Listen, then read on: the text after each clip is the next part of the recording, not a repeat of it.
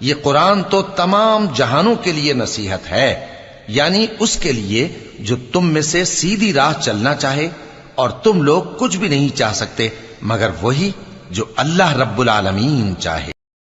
अऊज़ु बिल्लाहि मिनश शैतानिर रजीम। बिस्मिल्लाहिर रहमानिर रहीम।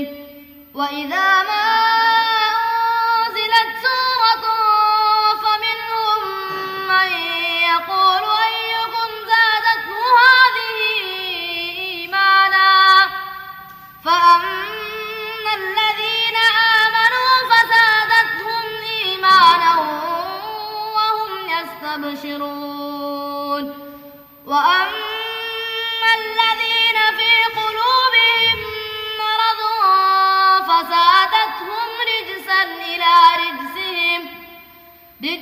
إلى رجسهم وماتوا وهم كافرون أولا يرون أنهم يفتنون في كل عام مرة أو مرتين ثم لا يتوبون ولا هم يذكرون وإذا ما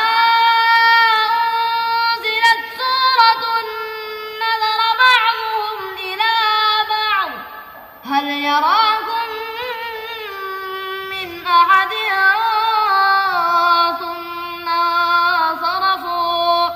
صرف الله قلوبهم بأنهم قوم لا يفقهون لقد جاءكم رسول من أنفسكم عزيز عليه ما